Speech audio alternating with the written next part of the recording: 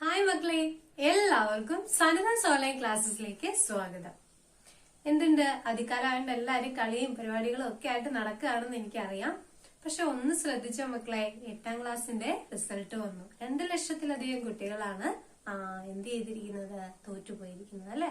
അപ്പൊ ഇങ്ങനെ ഫെയിൽ ആവണോ? ഈ ഫെയിൽ ആവുന്നതിന്റെ പിന്നിലത്തെ കാര്യം എന്താ ഒന്ന് ചിന്തിച്ചു നോക്കിക്കേ.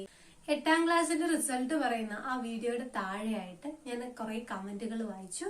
അതിൽ ഏറ്റവും ശ്രദ്ധേയമായ ഒരു കമന്റ് ആയിട്ട് എനിക്ക് തോന്നിയത്, ഈ തോൽപ്പിക്കല് നമ്മൾ 8ാം ക്ലാസ് തൊട്ടല്ല തുടങ്ങണ്ടേ, അല്ലെ 7ാം ക്ലാസ് തൊട്ടൊന്നും അല്ല തുടങ്ങണ്ടേ. നമ്മൾ എവിടെ തൊട്ട് തുടങ്ങണം മക്കളെ?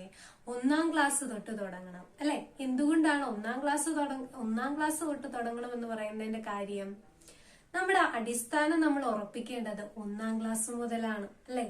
ആ 1ാം ക്ലാസ് മുതലേ അടിസ്ഥാനമില്ലാതെ മുന്നോട്ട് പോകുന്നതിന്റെ ഫലമായിട്ടാണ് മുന്നിലേക്ക് വരുന്നതനുസരിച്ച് ഓരോ ക്ലാസ്സുകളിലും ഫെയിലിയേഴ്സ് ഉണ്ടാവുന്നത്. അപ്പൊ നിങ്ങൾക്ക് ഇനി ഫെയിലിയർ ആവാതിരിക്കാൻ നിങ്ങൾ എന്ത് ചെയ്യണം? ഇപ്പോൾ തന്നെ അടിസ്ഥാനം പഠിച്ചു തുടങ്ങണം. അടിസ്ഥാനമില്ലാതെ ഇനി ഒരു അധ്യയന വർഷത്തിലെ പുതിയ ക്ലാസ്സിലേക്ക് നിങ്ങൾ കയറി ചെന്നാൽ നിങ്ങൾക്ക് എന്താവും? പിന്നെയും നിങ്ങൾ ക്ലാസ്സിൽ പിന്നിലോട്ട് പോകും, നിങ്ങൾ തോക്കാനുള്ള സാധ്യതയും കൂടി വരും. അപ്പൊ നിങ്ങൾക്ക് തോക്കണ്ട, നിങ്ങൾ ജയിക്കുക തന്നെ ചെയ്യണം അല്ലെ. എന്റെയും ആഗ്രഹം, എല്ലാവരുടെയും ആഗ്രഹം അത് തന്നെയാണ്. നിങ്ങൾ ഉറപ്പായിട്ടും ജയിക്കണം. ജയിക്കണമെങ്കിൽ ഏറ്റവും അത്യാവശ്യം എന്താണ്? നമ്മൾ എല്ലാ വിഷയത്തിന്റെയും അടിസ്ഥാനം ഉറപ്പിച്ചിരിക്കണം. എഴുത്ത്, വായന, സെന്റൻസ് മേക്കിംഗ്, കൈയക്ഷരം, ഇതെല്ലാം നമ്മുടെ കൈവശം ഉണ്ടായിരിക്കണം.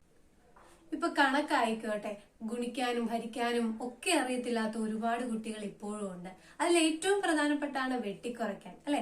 ഹൈസ്കൂൾ കുട്ടികൾക്ക് ഉറപ്പായിട്ടും അറിഞ്ഞിരിക്കേണ്ട ഒന്നാണ് വെട്ടിക്കുറയ്ക്കാൻ. അപ്പൊ ഇങ്ങനെയുള്ള കുറെ കാര്യങ്ങളുണ്ട്. നമ്മൾ കണക്കിന് ഈസി ആയിട്ട് ചെയ്യാൻ പറ്റുന്ന കുറെ കാര്യങ്ങൾ.